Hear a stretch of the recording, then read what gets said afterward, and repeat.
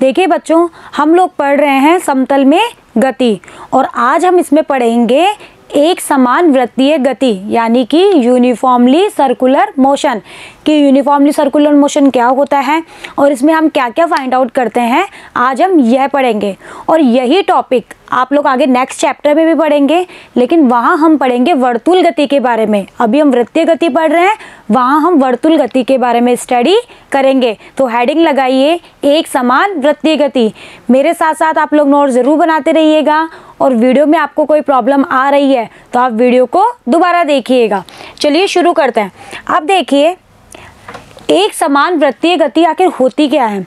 देखो, यदि कोई कण, भाई हम समतल में गति पढ़ रहे हैं, इट मीन्स हमारा जो भी पार्टिकल होगा वो एक प्लेन में मोशन करेगा, ठीक है। तो यदि कोई कण किसी समतल में एक समान वेग से गति करता है, क्या होना चाहिए, उसका जो वेग है वो एक समान होना चाहिए। तो ऐसी जो गति होती है वो एक समान वृत्तीय गति कहलाती है, ठीक है। अब देखो क्या हुआ, यदि कोई कण किसी समतल में इस प्रकार गति करता है कि किसी स्थिर बिंदु और गतिशील बिंदु से उसकी जो दूरी है वो सदैव नियत रहती है, तो यह गति उस बिंदु के सापेक्ष वृत्तीय गति है। ये तो हुई वृत्तीय गति। और एक समान वृत्तीय गति का मतलब होता है कि उसके वेग का जो परिमाण है वो समान रहना चाहिए, ठीक है। वृत्तीय गति तो कब होगी, कोई भी पार्टिकल है जब वो वृत्त पे गति करेगा। आपको अच्छे से पता है कि वृत्त पे जो गति होती है उसमें पार्टिकल की मूल बिंदु से जो दूरी होती है, जिसको हम रेडियस कहते हैं, बताओ ये नियत रहती है या नहीं। देखा है कभी कि रेडियस चेंज होती है? एक वृत्त के लिए तो एक ही रेडियस होगी ना, ठीक है। चाहे वो आप इस पॉइंट पे देखिए, चाहे इस पे देखिए, चाहे इस पे देखिए, सब आ रही होंगे। तो बताओ इसी कंडीशन में हमारी वृत्तीय गति होगी नहीं होगी। तो ये ऊपर वाली डेफिनेशन तो है वृत्तीय गति की, कि स्थिर बिंदु के सापेक्ष कण की जो भी गतिशील बिंदु है उससे जो दूरी है, ये दूरियां, ये सारी की सारी क्या होनी चाहिए, कांस्टेंट या फिर नियत होनी चाहिए, तब तो हुई वृत्तीय गति। लेकिन वृत्तीय गति तो हो गई, लेकिन अगर जो पार्टिकल आपका गति कर रहा है, कोई भी जो पार्टिकल ये आपका जो गति कर रहा है, इसका वेग का परिमाण, सिर्फ हम परिमाण की बात कर रहे हैं यहाँ पे, दिशा की नहीं, या फिर आप कह सकते हो इसकी चाल, क्योंकि वेग का परिमाण हमें चाल भी देता है ना। तो वेग का परिमाण या इसकी जो चाल है वो नियत रहती है, तो ऐसी गति को हम कहते हैं एक समान वृत्तीय गति। आया समझ में, ठीक है। यानी कि आपका मोड v ये कांस्टेंट होना चाहिए। अब मैंने केवल मोड v ही क्यों कहा, ठीक है, मैंने ये तो नहीं कहा कि वेग की दिशा भी नियत होनी चाहिए। अगर वेग की दिशा नियत हो गई तो आप खुद सोचिए क्या पार्टिकल आपका वृत्तीय गति कर पाएगा। क्यों, वेग की जो दिशा होती है वो हमेशा इसके टेंजेंट के अनुदिश होती है, ठीक है। जैसे मैं दूसरा डायग्राम बनाती हूँ, जैसे ये आपका कोई पार्टिकल है, ठीक है। जब आपका पार्टिकल यहाँ पर है तो इसके वेग की दिशा होगी ये, ठीक है, इस तरह से टेंजेंट के अनुदिश। जब पार्टिकल यहाँ से यहाँ पहुँच गया तो वेग की दिशा हो गई ये। जब पार्टिकल यहाँ से यहाँ पहुँच गया तो वेग की डायरेक्शन हुई ये। और जब आपका पार्टिकल यहाँ से यहाँ आ गया तो वेग की डायरेक्शन हुई है। तो बताओ ये वेग की जो डायरेक्शन है वही तो इसको वृत्तीय गति करवा रही है। पहले ऐसे था, फिर ऐसे हुआ, फिर ऐसे हुआ, फिर ऐसे, तभी तो ये एक वृत्त पे गति कर पा रहा है, ठीक है। इसीलिए वेग की जो दिशा है वो तो आपकी निरंतर बदल रही है, ठीक है। और वेग की दिशा आप कैसे देखेंगे, आपका जो भी ये वृत्त है उसकी स्पर्श रेखा के अनुदिश। तो देखो हर पॉइंट के ऊपर दिशा बदल रही है ना, तभी तो ये पार्टिकल रोटेट कर पा रहा है। लेकिन वेग का जो परिमाण हम बोले वो हमारा चेंज नहीं हो रहा है।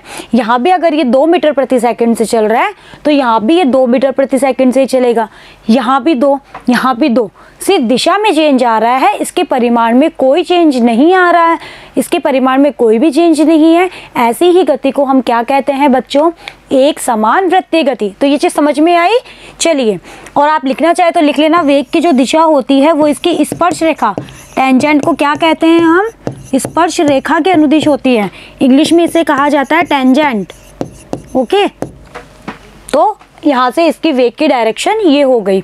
चलिए, अब हमें ये तो समझ में आ गया कि एक समान वृत्तीय गति क्या होती है। अब हम पढ़ते हैं इसमें कुछ पॉइंट्स, क्योंकि हम जो डेरिवेशन करेंगे इसका, उसमें हमें कुछ चीज़ों की ज़रूरत पड़ेगी।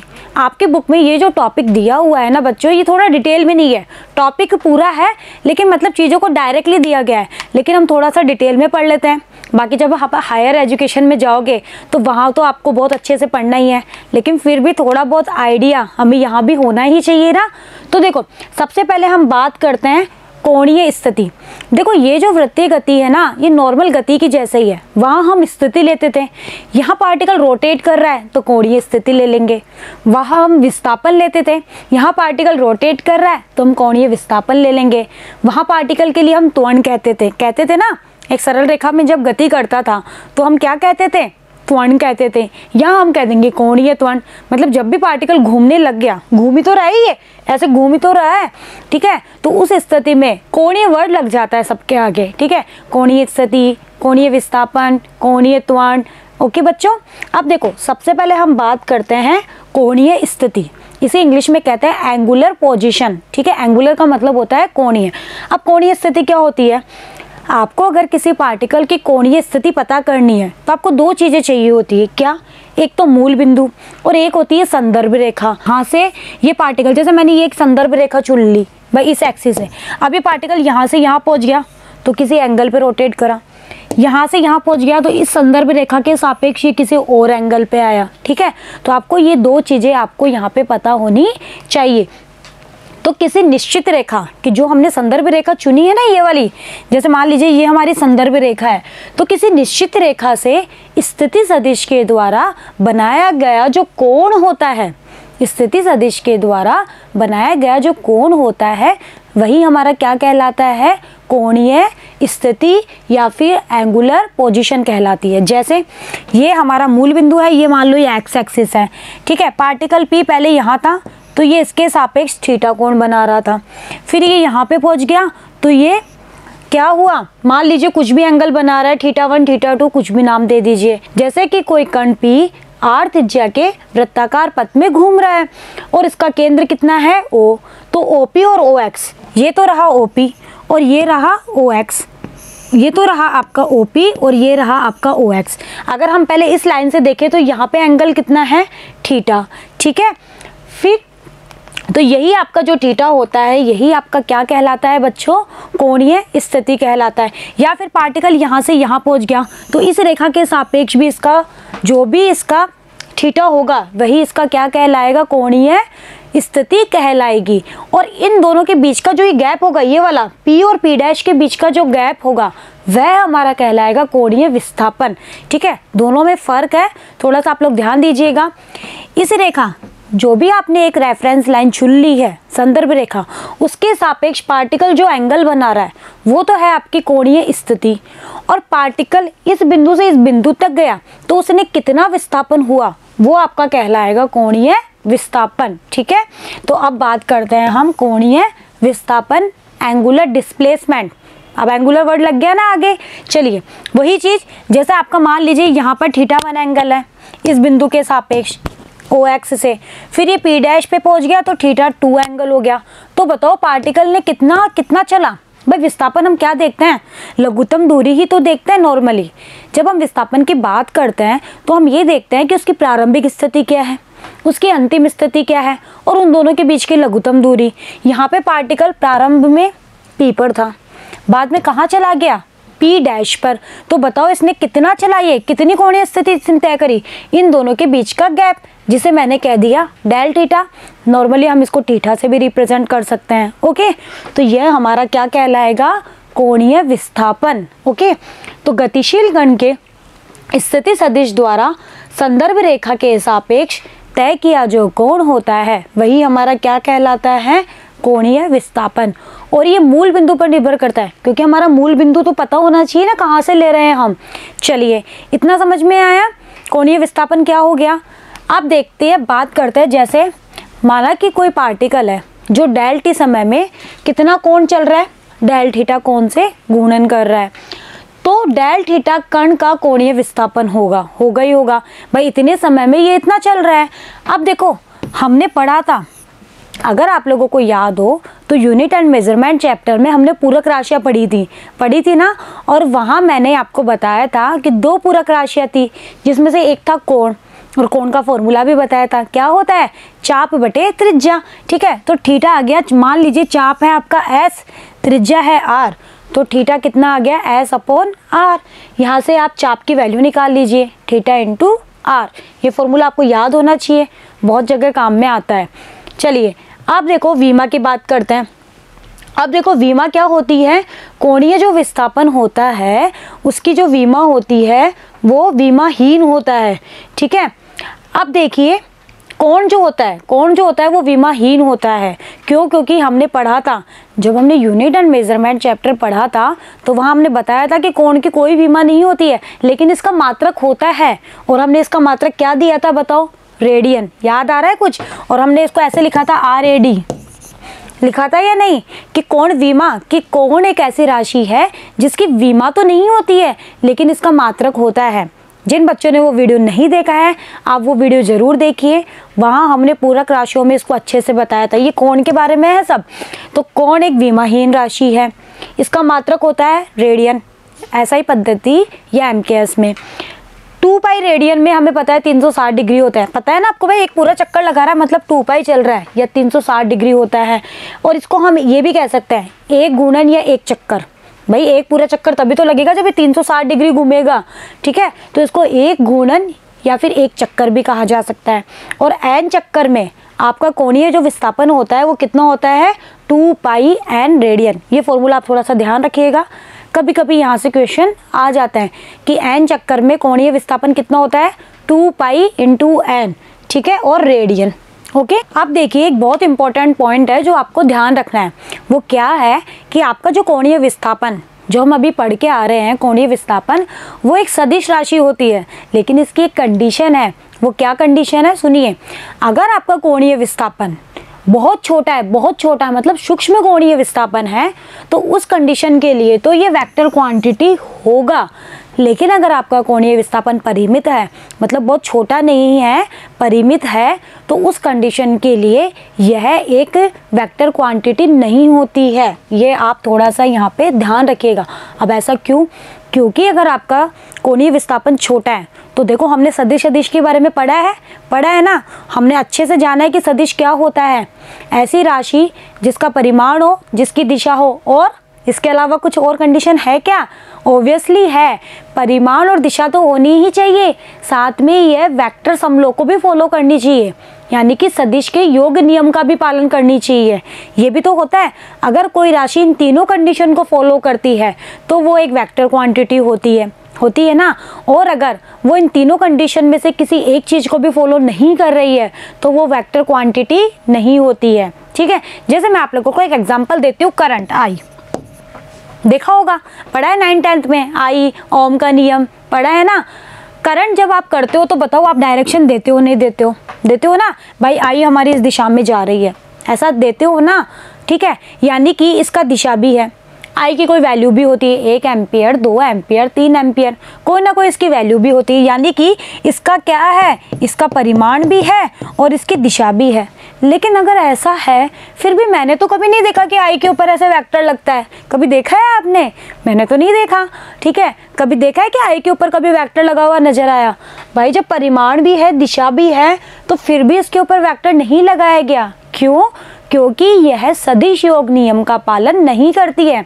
और सदिश योग नियम क्या होता है ये हम पढ़ चुके हैं कि जब दो वेक्टर क्वांटिटी को हम इस तरह से जोड़ते हैं ना, ठीक है। लेकिन ये तो सिंपल ही होती है, जैसे अगर दो करंट है I1 और I2 तो आपको इसको वेक्टर सम करने की जरूरत नहीं है, ये तो बीजगणितीय योग के नियम का पालन करती है। इसीलिए यह परिमाण और दिशा होते हुए भी एक वेक्टर क्वांटिटी नहीं है। और बहुत बार कॉम्पिटिटिव एग्जाम में क्वेश्चन आता है, क्या धारा एक सदिश राशि है?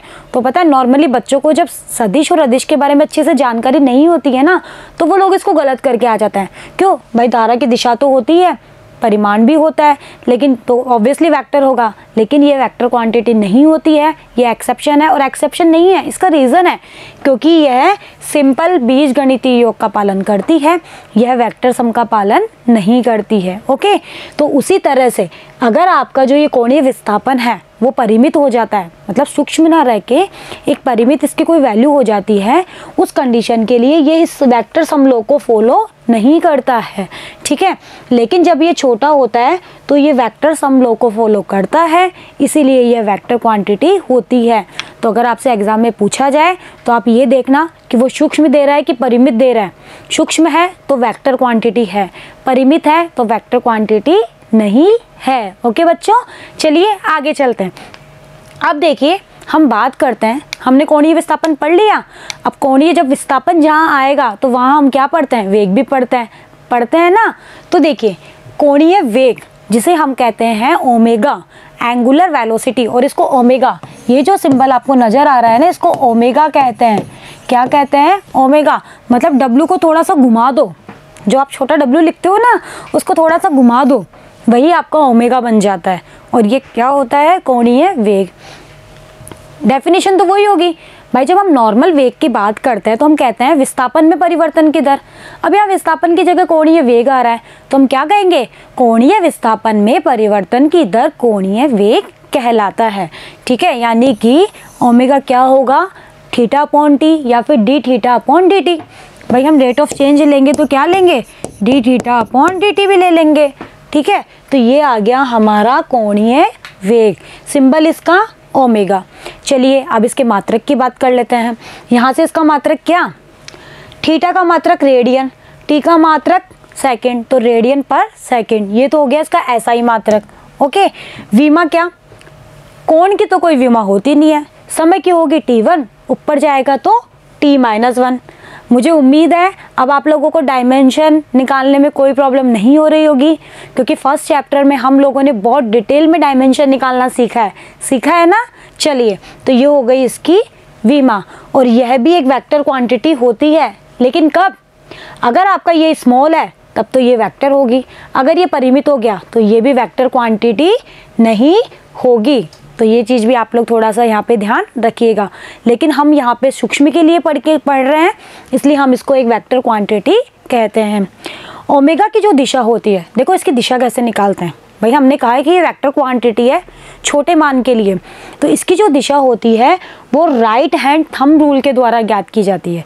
अब राइट हैंड थंब रूल क्या होता है, राइट हैंड थंब रूल ये कहता है कि आप अपना राइट हैंड यूज़ करिए, हमेशा राइट, कभी भी लेफ़्ट यूज़ मत करना, राइट हैंड यूज़ करिए। अगर आपकी जो ये फिंगर है वो घूर्णन की दिशा में है, जैसे कोई पार्टिकल आपका ऐसे घूम रहा है, तो अपनी फिंगर को उस डायरेक्शन में रखिए जिस डायरेक्शन में घूर्णन की दिशा है। अगर आपका पार्टिकल ऐसे घूम रहा है, अब बताओ पार्टिकल ऐसे घूम रहा है, तो बताओ ये एंटी क्लॉकवाइज हुआ नहीं हुआ। एंटी क्लॉकवाइज का मतलब होता है घड़ी के विपरीत दिशा में चलना। घड़ी आपकी कैसे चलती है, घड़ी आपकी चलती है ऐसे, ऐसे ही चलती है ना। और मैं चल रही हूँ कैसे, मैं चल रही हूँ ऐसे, ये देखो, ठीक है। आप अपने हैंड से करके देखोगे तो आपको अच्छे से समझ में आएगा। आप ऐसे घुमाओगे और घड़ी तो आपकी ऐसे चल रही है, ठीक है। तो ये हो गया एंटी क्लॉकवाइज। तो अगर आपके घूर्णन की दिशा एंटी क्लॉकवाइज है तो आपका जो थंब है वो जिस डायरेक्शन में है वही डायरेक्शन आपकी थीटा की भी होगी, ओमेगा की भी होगी और अल्फा की भी होगी। अब ये अल्फा क्या होता है अभी हम पढ़ेंगे, ठीक है। तो थंब आपका हमेशा किसकी डायरेक्शन देगा, थीटा, ओमेगा और अल्फा। अब लेट सपोज आपका जो भी पार्टिकल है वो घड़ी की दिशा में चल रहा है, तब आपको हाथ को नीचे घुमाना पड़ेगा, राइट हैंड को, तभी तो देखो अब घड़ी की डायरेक्शन में आ रहे हैं हम। तो हमारा थंब कहाँ जा रहा है आपकी बार, नीचे की तरफ, यानी कि नीचे की तरफ हमारी क्या होगी, थीटा, ओमेगा और अल्फा की डायरेक्शन। इसे कहते हैं राइट हैंड थंब रूल, ठीक है। और 12th क्लास में यही रूल कुछ और डायरेक्शन देता है, वो आप 12th में पढ़ेंगे, वो आपके सिलेबस में अभी नहीं है, ठीक है। जब 12th में जाएंगे तो वहाँ आप वो चीज़ पढ़ेंगे। तो हमेशा इसकी जो दिशा होती है वो आप इस रूल से फाइंड आउट कर सकते हैं। घर पे इसकी प्रैक्टिस करिएगा, आपको ये आ जाएगा। ओके बच्चों, चलिए अब देखो ओमेगा का फॉर्मूला क्या हो गया, d theta upon d t, या फिर theta is equal to omega into t, ठीक है। यहाँ से निकाल लिया, theta is equal to omega into t. अब देखिए, अब बात करते हैं हम कोणीय त्वरण की। भाई वेग है तो त्वरण भी पढ़ लेते हैं। कोणीय त्वरण इसे हम कैसे लिखते हैं, अल्फा। ये जो सिंबल है इसको अल्फा कहा जाता है। अब ये भी बता रही थी ना मैं डायरेक्शन में, तो वो क्या है आपका कोणीय त्वरण, अल्फा। एंगुलर एक्सेलरेशन, अब अल्फा क्या हुआ भाई, नॉर्मली त्वरण होता क्या है, वेग में परिवर्तन की दर। तो कोणीय त्वरण क्या होगा? कोणीय वेग में परिवर्तन की दर हमारा कोणीय त्वरण कहलाता है। यानी कि अल्फा क्या हो गया? Omega upon T. और छोटे के लिए लिखेंगे तो ऐसे लिख देंगे D omega upon d T. ठीक है, अब बताइए इसका मात्र, इसकी विमा क्या हुई? ठीक है, इसकी विमा हो जाएगी, इसकी T1 T-1, इसकी T1 तो T-2, ml है नहीं इसलिए m0 L0। मात्रक क्या हो जाएगा? रेडियन पर सेकेंड स्क्वायर। अल्फा हो गया D omega upon d T. ये तो हुआ ओमेगा की फॉर्म में, लेकिन अगर मैं विस्थापन की फॉर्म में बोलूँ तो विस्थापन की फॉर्म में आप क्या करोगे? ओमेगा को विस्थापन की फॉर्म में लिखिए। ओमेगा क्या होता है? D theta upon d T. यहाँ वैल्यू पुट कर दो तो यह आ जाएगा d2 theta upon d T square. यानी कि अगर आपको एग्जाम में कोणीय विस्थापन दे रहा है, वो कोणीय विस्थापन दे रहा है और आपसे पूछा जाए कोणीय त्वरण निकालिए, तो आप उसका 2 बार t के सापेक्ष क्या करिए? अवकलन करिए। और अगर आपको कोणीय वेग दे दिया तो आपको एक ही बार अवकलन करना है t के सापेक्ष। ठीक है, तो ये दोनों फॉर्मूले आपको यहाँ पे ध्यान रखने हैं। चलिए अब देखो, एक समान जो वृत्तीय गति होती है उसमें हमारा अल्फा जो होता है वो 0 होना चाहिए। क्यों? क्योंकि वेग का परिमाण हम कह रहे हैं कि नियत है। ठीक है, इसीलिए हमारा अल्फा यहाँ पे क्या होना चाहिए? 0। तो ये कंडीशन आप लोग ध्यान रखिएगा। ठीक है, क्योंकि वेग में परिवर्तन की दर ही तो क्या होती है? त्वरण होता है। अगर वेग का परिमाण हमारा बदल गया तो हमारी वृत्तीय गति एक समान रहेगी नहीं ना, इसलिए हमारा अल्फा यहाँ पे क्या होता है? 0 होता है। अब देखो, ये तो मैंने आपको अभी समझा ही दिया। अगर आपका पार्टिकल एंटी क्लॉकवाइज चल रहा है, ये रहा एंटी क्लॉकवाइज, तो ऊपर की ओर डी थीटा ओमेगा अल्फा की डायरेक्शन, और अगर आपका पार्टिकल घड़ी की दिशा में चल रहा है क्लॉकवाइज, तो हमारा नीचे की तरफ क्या होगा? ओमेगा या फिर थीटा या फिर अल्फा की डायरेक्शन होगी। ठीक है, और यह भी एक सदिश राशि होती है, वही छोटे के लिए। ओके, अब देखिए, अब हम बात करते हैं, देखो हमने रेखिक वेग पढ़ा ना हमने रेखिक वेग, और हमने कोणीय वेग भी पढ़ लिया। तो इन दोनों में एक रिलेशन होता है। ठीक है, वो रिलेशन आप लोग ध्यान रखिएगा। वो क्या होता है? v इक्वल टू होता है ओमेगा इंटू आर, मतलब v equal to omega cross r. हम क्रॉस कहेंगे क्योंकि ये क्या है? क्रॉस प्रोडक्ट है। ये भी हमने पढ़ लिया ना। तो v equal to omega cross r होता है, जहाँ v आपका क्या होता है? जो भी आपका पार्टिकल है उसका रेखिक वेग। ओमेगा क्या होता है? पार्टिकल का कोणीय वेग। और आर क्या होता है? स्थिति सदिश। और ओमेगा और जो आर होते हैं वो एक दूसरे के परपेंडिकुलर होते हैं। स्थिति सदिश और ओमेगा जो होते हैं वो एक दूसरे के परपेंडिकुलर यानी कि लंबवत होते हैं। ओके, ये जो साइन है ये लंबवत का होता है। अब देखो, वैसे तो इसका डेरिवेशन आपके सिलेबस में नहीं है, डायरेक्ट फॉर्मूला है, लेकिन फिर भी आप लोग निकालना चाहे तो यहाँ से निकाल सकते हैं। देखो, v जो होता है वो क्या होता है? दूरी बटा समय, ऐसे तो होता है, या फिर विस्थापन बटा समय। तो हम छोटे की बात करते हैं इसलिए लिमिट लेके चल लेते हैं। ठीक है, और मैं इसको ऐसे लिख दूँ, del S upon del T लिखा जा सकता है भाई, विस्थापन या दूरी बटा समय। अब देखो, ये तो हो गया मेरा डेल टी समय में इसने कितनी दूरी तय करी वो चीज़। अब देखिए यहाँ से, जैसे कोई पार्टिकल है वो स्थिति सदिश आर है जब उसका, तो वो ए पर है, फिर इसने कुछ दूरी तय करके ये बी पे चला गया। इन दोनों के बीच का कोणीय विस्थापन कितना हो गया? डेल थीटा हो गया। अब देखो, ये चीज़ें बहुत छोटी है ना भाई, हम सदिश लेके चल रहे हैं, इट मीन्स ये बहुत छोटे हैं। जब बहुत छोटी है तो बताओ, ये आपको एक जीवा की तरह, आपको जो ये चाप है, ये जो चाप नज़र आ रहा है पार्टिकल का कि वो ए से बी तक गया, वो एक लाइन में तो दिखाई देगा आपको, ऐसा कर्व शेप थोड़ी दिखाई देगा। ये आप इसको बहुत दूर से देखोगे, ये बहुत छोटा है, तो बताओ आपको ये एक लाइन की तरह दिखाई देगा, यानी कि जीवा की तरह। तो ये मान लीजिए कितना है? डेल्टा एस, यानी कि पार्टिकल ने इतना विस्थापन तय किया, डेल्टा एस। और डेल्टा एस जो होता है ये 8 डेल थीटा के बराबर होता है। ये आप लोग निकालते हो ना, ये कितना होगा? 8 डेल थीटा। तो रख दो यहाँ पे वैल्यू, तो बताओ v कितना आ गया? Limit del T tends to 0 R del theta upon del T. अब आर आपका जो स्थिति सदिश है वो तो कांस्टेंट है, वो तो यहाँ से बाहर निकल गया, तो ये कितना आ गया? v R limit del T tends to 0 del theta upon del T. और बताओ, बहुत छोटे अंतराल के लिए del theta upon del T आपका ओमेगा होता है नहीं होता? होता है। तो बताओ v equal to R omega आया नहीं आया। और वेक्टर फॉर्म में इसको लिखते हैं v is equal to omega cross R. पहले ओमेगा आएगा, आर बाद में आएगा, ये चीज़ आप लोग ध्यान रखिएगा, ठीक है। तो ये तो हो गया वेक्टर फॉर्म में, और नॉर्मल में v equal to R omega. वैसे इसका डेरिवेशन आपके सिलेबस में नहीं है, लेकिन मैंने फिर भी समझा दिया कि ये आया कैसे। आपको तो ये फॉर्मूला याद रखना है, ठीक है। v equal to R omega या फिर v equal to omega cross R, ठीक है। वृत्तीय गति के लिए ये होना चाहिए। अब देखिए बात करते हैं त्वरण, जो हम अभी पढ़ रहे थे। देखो त्वरण जो होता है वो मेनली दो प्रकार का होता है। जब हम वृत्तीय गति पढ़ते हैं तो इसमें दो प्रकार का त्वरण काम करता है। सिर्फ वृत्तीय गति, मैंने एक समान नहीं कहा है अभी। यहाँ पे जो त्वरण होता है वो दो प्रकार का होता है। एक तो होता है स्पर्श रेखीय त्वरण, और एक होता है त्रिज्यीय, या फिर इसको दूसरा नाम भी दिया गया अभिकेंद्रीय। त्रिज्यीय या फिर अभिकेंद्रीय त्वरण, ठीक है। दो प्रकार का त्वरण आपके पास आया। अब देखो त्रिज्यीय और अभिकेंद्रीय त्वरण और स्पर्श रेखीय त्वरण होता क्या है, पहले हम ये जानते हैं, फिर हम जानेंगे कि एक समान वृत्तीय गति में क्या ये दोनों त्वरण काम करेंगे या इनमें से कोई एक जीरो होगा, देखेंगे वो हमें भी। पहले बात करते हैं स्पर्श रेखीय त्वरण, और इसको लिखते हैं ए टी। टी मतलब टेंजेंशियल, और टेंजेंशियल का मतलब ही क्या होता है, स्पर्श। तो ए टी, ठीक है। वृत्त की स्पर्श रेखा के अनुदिश, स्पर्श रेखीय त्वरण है तो डेफिनेटली क्या होगा, स्पर्श रेखा के अनुदिश होगा। तो वृत्त जो होता है आपका, जो ये वृत्त है, इसकी स्पर्श रेखा के अनुदिश जो भी त्वरण होता है उसे हम कहते हैं स्पर्श रेखीय त्वरण, और इसको AT से लिखते हैं। अब ये जो स्पर्श रेखीय जो त्वरण होता है ना, इसका काम होता है चाल में, मतलब ये केवल और केवल चाल में परिवर्तन को लिए उत्तरदायी होता है। मतलब जो भी आपका पार्टिकल यहाँ गति कर रहा है उसकी चाल में परिवर्तन करने का काम करता है ये। इसका काम क्या है, चाल में परिवर्तन करना या फिर वेग के परिमाण में परिवर्तन करना, क्योंकि वेग का परिमाण ही क्या होता है बच्चों, चाल, ठीक है। तो ये चीज़ समझ में आ रही है। स्पर्श रेखीय त्वरण का काम होता है वेग के परिमाण या चाल में परिवर्तन के लिए उत्तरदायी होता है।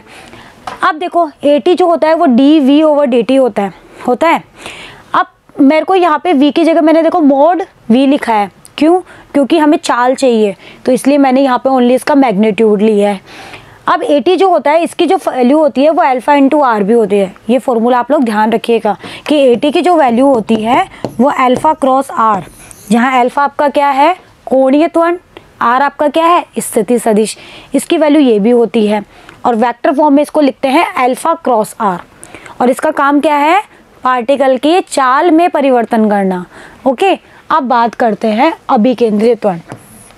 अभिकेंद्रीय जो त्वरण होता है ये होता है AR, इसको हम त्रिज्यीय त्वरण भी कहते हैं, तो इसको AR से भी लिख सकते हैं, और AC, ठीक है, AC के द्वारा भी इसको लिख सकते हैं, सेंट्रीपिटल, इसलिए हम इसको AC के द्वारा भी लिख सकते हैं। तो दोनों ही सिंबल है इसके, आप लोग ध्यान रखिएगा, AR भी हो सकता है और AC भी हो सकता है। अब देखो अभिकेंद्रीय, अब इसके नाम से ही आपको समझ में आ रहा है, केंद्र की तरफ, यानी कि केंद्र की ओर कार्यशील जो त्वरण होता है। अगर ये आपकी वृत्तीय गति है तो इसमें केंद्र की ओर एरो कहाँ होना चाहिए, सेंटर की तरफ, उस त्वरण को हम कहते हैं अभिकेंद्रीय त्वरण। तो केंद्र की ओर कार्यशील जो त्वरण होता है उसे हम क्या कहते हैं बच्चों, अभिकेंद्रीय त्वरण, सेंट्रीपिटल एक्सेलरेशन कहते हैं इसको हिंदी में। ओके, और इसे AR या AC से रिप्रेजेंट करते हैं। चलिए, अब इसका काम क्या होता है, ये कहता है कि मेरा काम है वेग की दिशा में परिवर्तन करना, मुझे वेग के परिमाण से कोई मतलब नहीं है, मुझे तो वेग की दिशा में परिवर्तन करना है, ठीक है। यानी कि वेग की दिशा में परिवर्तन करेगा ये, इस पार्टिकल पे इसका वेग कुछ और होगा, किसकी वजह से हुआ, इसकी वजह से। यहाँ पर पार्टिकल का वेग मैंने ऐसे बताया था, तो वो किसकी वजह से हुआ, इसकी वजह से, ठीक है। यहाँ पे कुछ और होगा, यहाँ पे कुछ और होगा, यहाँ कुछ और होगा, ठीक है। तो दोनों त्वरण का क्या काम होता है, स्पर्श रेखीय त्वरण तो कहता है कि मैं तो वेग के परिमाण में परिवर्तन करता हूँ, मुझे तो चाल से कोई लेना देना नहीं है, जबकि हमारा अभिकेंद्रीय त्वरण कहता है कि मुझे तो वेग की दिशा में परिवर्तन करना है, मुझे इसकी चाल से कोई लेना देना नहीं है, ठीक है।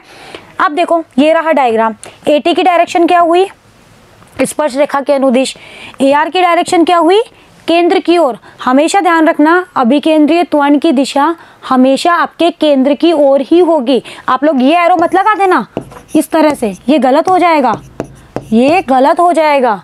केंद्र की ओर, यानी कि एरो का साइन केंद्र की तरफ आना चाहिए, इस तरह से। ओके, अब tan थीटा अगर मैं यहाँ से देखो, ये आपका AT, ये आपका AR, तो बताओ इनका कोई परिणामी होगा? जब दो त्वरण है, दोनों वेक्टर क्वांटिटी है, तो इनका परिणामी हमें पता है, समांतर चतुर्भुज नियम से निकाल लो, चाहे त्रिभुज से, यहाँ बीच में होगा जिसको मैंने कहा A, वो इसके अगर मैं A को लिखना चाहूँ तो बताओ A क्या होगा? A होगा √ AR का स्क्वायर प्लस AT का स्क्वायर, होगा नहीं होगा? ठीक है, एरो मत लगाइए क्योंकि हम मैग्नीट्यूड ले रहे हैं। इन दोनों के वेक्टर सम के बराबर होगा और परिणाम निकालेंगे, जब परिमाण निकालेंगे तब इस तरह से होगा। अब tan थीटा निकालते हैं तो क्या होता है? y/x, अगर ये थीटा है तो कितना हो गया? ये थीटा है तो AR/AT, ऐसे ही तो होता है। अब देखिए AR की जो दिशा होती है वो केंद्र की ओर, इसके ऊपर आपकी बुक में क्वेश्चन भी है, वो आपसे पूछेगा कि कोई पार्टिकल है वो घूर्णन गति कर रहा है, इसका त्वरण और इसकी दिशा बताइए। तो दिशा, जब भी घूर्णन गति की बात करेगा तो वहाँ पर दिशा तो इसकी क्या होगी? केंद्र की ओर, और एक समान वृत्तीय गति, ये कंडीशन देगा वो। अब देखो यहाँ पे हम बात करते हैं कि हमने दो त्वरण निकाले, AT और AR निकाले हमने। ये कहता है कि मेरा काम है वेग के परिमाण में परिवर्तन करना, और ये कहता है कि मेरा काम है वेग की दिशा में परिवर्तन करना। हमारा टॉपिक है एक समान वृत्तीय गति, और हम शुरू में ही समझ चुके हैं कि एक समान जो वृत्तीय गति है उसमें वेग के परिमाण में कोई परिवर्तन नहीं होता है, वेग का परिमाण नियत रहता है। तो बताओ जब वेग का परिमाण नियत है तो बताओ ये AT 0 होगा नहीं होगा? ऑब्वियसली, क्योंकि अगर ये रहा तो ये इसके परिमाण में परिवर्तन करेगा, जो हमें चाहिए नहीं एक समान वृत्तीय गति में, नहीं चाहिए ना। इसीलिए एक समान वृत्तीय गति में हमारा स्पर्श रेखीय त्वरण हमेशा 0 होता है, ये चीज़ आप लोग ध्यान रखिएगा।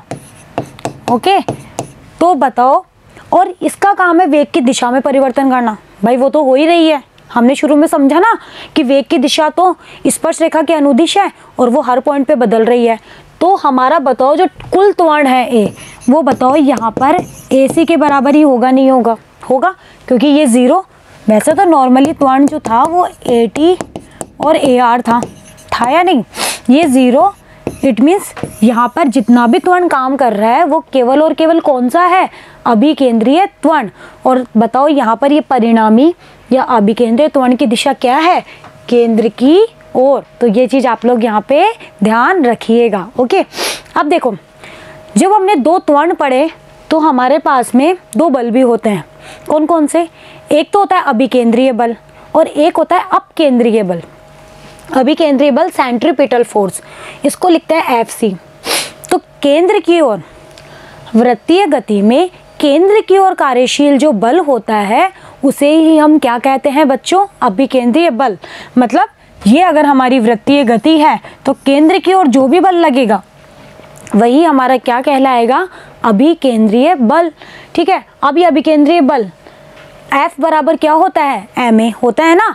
नॉर्मली जब हम F की बात करते हैं तो ma लिखते हैं।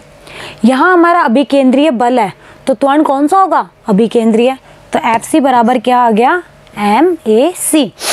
अभिकेंद्रीय बल के रूप में अब देखो ये जो आपका अभिकेंद्रीय जो बल है ना वो कुछ भी हो सकता है। आपका नाभिकीय बल भी हो सकता है, आपका गुरुत्वाकर्षण बल भी हो सकता है, आपका तनाव बल भी हो सकता है। ठीक है, तो कुछ भी हो सकता है। ये अभिकेंद्रीय बल के रूप है कि ये इन रूप में से किसी भी प्रकार से लागू हो सकता है। आपका गुरुत्वीय बल भी अभिकेंद्रीय बल होता है क्योंकि आपका जो उसकी दिशा होती है वो केंद्र की ओर ही होती है ना। तो गुरुत्वीय बल भी एक प्रकार से क्या है? आपका अभिकेंद्रीय बल। या फिर पृथ्वी के चारों ओर जो उपग्रह चक्कर लगाते हैं वो भी अभिकेंद्रीय बल की वजह से ही लगा पाते हैं। ठीक है, गुरुत्वाकर्षण बल आपका अभिकेंद्रीय बल है, तनाव आपका अभिकेंद्रीय बल हो सकता है। ठीक है, तो ये सारे के सारे जो बल हैं वो अभिकेंद्रीय बल हो सकते हैं। ओके बच्चों, अब देखिए दूसरा है अपकेंद्रीय बल, इसे कहते हैं सेंट्रीफ्यूगल फोर्स। ठीक है, अब अपकेंद्रीय बल, ये जो अपकेंद्रीय आपका जो बल होता है वो क्या होता है? केंद्र से बाहर की ओर लगता है। अभिकेंद्रीय तो कहाँ लगता है? केंद्र से अंदर की ओर। और ये कहाँ लगेगा? केंद्र से बाहर की ओर। तो वृत्तीय गति में केंद्र से बाहर की ओर जो बल लगता है उसे हम क्या कहते हैं? अपकेंद्रीय बल। सेंट्रीफ्यूगल फोर्स कहते हैं। और इसकी जो वैल्यू होती है वो इतनी होती है mv²/r, या फिर यहाँ पे v की वैल्यू को अगर हम ओमेगा के फॉर्म में लिखे तो mr ओमेगा स्क्वायर। और यही वैल्यू अभिकेंद्री की भी होती है, लेकिन कब? वृत्तीय गति में। क्यों? क्योंकि आपका पार्टिकल है, देखो जैसे मैं बात करती हूँ, ये कोई वृत्त है, मैंने तो अच्छा सा नहीं बनाया है, आप तो प्रकार से बनाओगे तो अच्छा बनेगा, ठीक है। अब मैंने कहा कि केंद्र की ओर तो लग रहा है इसमें सेंट्रीपिटल फोर्स, और केंद्र के बाहर की ओर लग रहा है इसमें F अपकेंद्रीय मान लो, ठीक है। इसको सेंट्रीफ्यूगल तो CF लिख देती हूँ, ठीक है, इसको CP लिख देती हूँ, सेंट्रीपिटल सेंट्रीफ्यूगल। अब बताओ आपका कोई पार्टिकल है वो यहाँ पर है, तो ये बल तो कहेगा कि मैं तो इसको अंदर खींचूंगा, कह रहा है नहीं कह रहा है? भाई मेरी डायरेक्शन इधर है केंद्र की ओर, तो मैं तो इसको अंदर लेके चला जाऊंगा। ये कह रहा है कि मेरी डायरेक्शन है बाहर की ओर, मैं तो इसको बाहर लेके जाना चाहूँगा। तो अब ये पार्टिकल बेचारा इस वृत्त पे गति करना चाह रहा है, ये ना तो अंदर जाना चाह रहा है ना बाहर जाना चाह रहा है, इसको तो यहाँ पर गति करनी है। तो ये कब करेगा? जब ये दोनों परिमाण में समान और दिशा में क्या हो? विपरीत हो, तभी तो करेगा। तो वृत्तीय गति में इन दोनों का परिमाण इतना ही होता है, mv²/r या mr ओमेगा स्क्वायर। सिर्फ इनकी दिशा जो होती है वो एक दूसरे के विपरीत होती है। दूसरी बात सुनिए, आपका जो ये अभिकेंद्रीय बल होता है वो एक वास्तविक बल है। गुरुत्वीय बल वास्तविक है या नहीं? नाभिकीय बल वास्तविक है या नहीं? है ना। तो ये जो आपका अभिकेंद्रीय जो बल होता है वो एक वास्तविक रियल फोर्स है, जबकि आपका जो ये अपकेंद्रीय बल है ना, ये आपको दिखाई नहीं देता है, सिर्फ आपको फील होता है। इसीलिए ये छदम या आभासी या फिर शूडो फोर्स है, ठीक है। तो ये कैसा फोर्स है? छदम, दूसरा नाम है इसका आभासी, और हिंदी इंग्लिश में इसको कहते हैं शूडो फोर्स, ओके। जबकि ये वाला जो बल है, आप लोग लिखना चाहे तो लिख लेना, ये वास्तविक बल है, ओके। ये भी दोनों में डिफरेंस है। अब वृत्ताकार पथ पर गति तभी हो सकती है जब वस्तु पर कार्यशील अभिकेंद्रीय जो बल है वो अपकेंद्रीय बल से संतुलित होना चाहिए, तभी तो घूम पाएगा ये। वरना ये ज़्यादा हुआ तो अंदर चला जाएगा, ये ज़्यादा हुआ तो बाहर। अब आप लोग सोच रहे होंगे अभिकेंद्रीय बल के तो हमने एग्जाम्पल देख लिए, भाई नाभिकीय बल अभिकेंद्रीय बल, ठीक है, गुरुत्वीय बल अभिकेंद्रीय बल, या सूर्य के चारों ओर चक्कर लगा रहा है कोई भी पिंड, वो भी उसके ऊपर भी अभिकेंद्रीय बल लग रहा है। पृथ्वी के चारों ओर उपग्रह कक्षा में चक्कर लगा रहे हैं, वहाँ भी अभिकेंद्रीय बल काम कर रहा है। अब केंद्रीय बल का क्या एग्जाम्पल हो सकता है? इसका एग्जाम्पल है, जब आप लोग रोड पे जाते हो और आपको कोई सर्किल क्रॉस करनी होती है, कोई वृत्तीय पथ होता है ना, उसको जब आप क्रॉस करते हो, कोई व्यक्ति कार में बैठा है, तो कभी आपने नोटिस किया है उसको क्रॉस करते हो तो आप ऐसे झुकते हो। जब आप उसको क्रॉस करते हो तो आप बाहर की ओर झुकते हो, तो वो बाहर की ओर जो आप झुक रहे हो ना, वो आपको ये बल झुकाता है, जिस बल को हम कहते हैं अपकेंद्रीय बल। और ये आपको दिखाई नहीं दे रहा, सिर्फ आप इसको फील कर पा रहे हो। देखना, कभी नोटिस करना कि जब आप बाहर की ओर झुकते हो तो आपको एक बल ही तो झुका रहा है, खुद थोड़ी झुक रहे हो। तो वो कौन सा बल है? अपकेंद्रीय बल। तो ये बाहर की ओर ही तो लग रहा है, ठीक है। चलिए अब देखिए, अब हम बात करते हैं कि हमारा जो FC है वो कितना होगा? mv²/r। मैंने बताया ना भाई, FC हो चाहे FCP हो एक ही बात है, और ये दोनों संतुलित होने चाहिए। अब FC को मैंने MAC के फॉर्म में लिख दिया, तो ये कितना आ गया? MAC बराबर mv²/r। M से M कट गया, तो बताओ AC बराबर कितना आ गया? v²/r। तो इसे ही हम कहते हैं अभिकेंद्रीय त्वरण। और v = अगर r ओमेगा हो तो AC कितना आ जाएगा? ओमेगा²r। तो जब भी आपको वृत्तीय गति में त्वरण की पूछा जाए, वो आपको ये नहीं देगा कि आप अभिकेंद्रीय त्वरण निकालो या कुछ भी निकालो, वो सिंपल त्वरण देगा। आप क्वेश्चन देखिएगा अपनी बुक के, वो आपको कहेगा कि कोई पार्टिकल गति कर रहा है, बताइए इसका त्वरण और इसकी दिशा क्या है। तो आपको हमेशा ध्यान रखना है कि अगर पार्टिकल घूर्णन गति कर रहा है, मतलब यहाँ हम वृत्तीय गति की बात कर रहे हैं, तो हमें ये निकालना है, या तो v²/r से निकालना है या फिर ओमेगा²r। और दिशा क्या होगी इसकी? हमेशा केंद्र की ओर। तो दिशा को तो आंख बंद करके लिख देना, केंद्र की ओर, और परिणाम यहाँ से निकालेंगे। करेंगे हम क्वेश्चन, जब हम हमारे न्यूमेरिकल पोर्शन पे आएंगे ना, तब हम क्वेश्चन करेंगे। बाकी आप लोग खुद से करते रहिएगा क्वेश्चन। चलिए, तो इतना आपको समझ में आया। अब देखिए, AC जो होता है उसको वेक्टर फॉर्म में भी हम लिख सकते हैं, ω×v। चलिए, v = r ओमेगा भी होता है। ओमेगा जो होता है वो D theta upon d T तो होता है, साथ में ओमेगा होता है 2 पाई अपॉन टी, ये भी तो होता है ओमेगा, ठीक है, 2 पाई अपॉन टी। और आपका न्यू, इसे हम कहते हैं आवर्ती, जिसे हम लिखते हैं न्यू, मतलब जो छोटा वी होता है उसको थोड़ा सा घुमा दो ऐसे, इसे हम कहते हैं न्यू, ठीक है। और ये होता है आवर्ती। आवर्ती क्या होती है कि 1 सेकंड में कितने चक्कर लगा रहा है, वही तो उसकी आवर्ती होती है। तो न्यू होता है 1 अपॉन टी। फर्स्ट चैप्टर में हम लोग इसके बारे में पढ़ चुके हैं। ये वैल्यू उठा के यहाँ पे रख दी तो ओमेगा आ गया 2 पाई न्यू। आवर्ती की फॉर्म में भी हो सकता है, तो आवर्ती की फॉर्म में दे तो आपको ये फॉर्मूला यूज़ करना है, ठीक है। AC था ओमेगा स्क्वायर आर, ओमेगा की वैल्यू पुट कर दो यहाँ से 2 पाई अपॉन टी, और जब आप इसको सॉल्व करेंगे तो आएगा AC आपका आवर्ती की फॉर्म में 4 pi square nu square R square. तो आवर्ती दे तब तो ये फॉर्मूला, कोणीय वेग दे तो वो वाला फॉर्मूला। तो वो आपके ऊपर डिपेंड करता है कि एग्जाम में क्वेश्चन में उसने क्या वैल्यूज़ दी है और आपको कौन सा फॉर्मूला यहाँ पे लगाना है, ठीक है।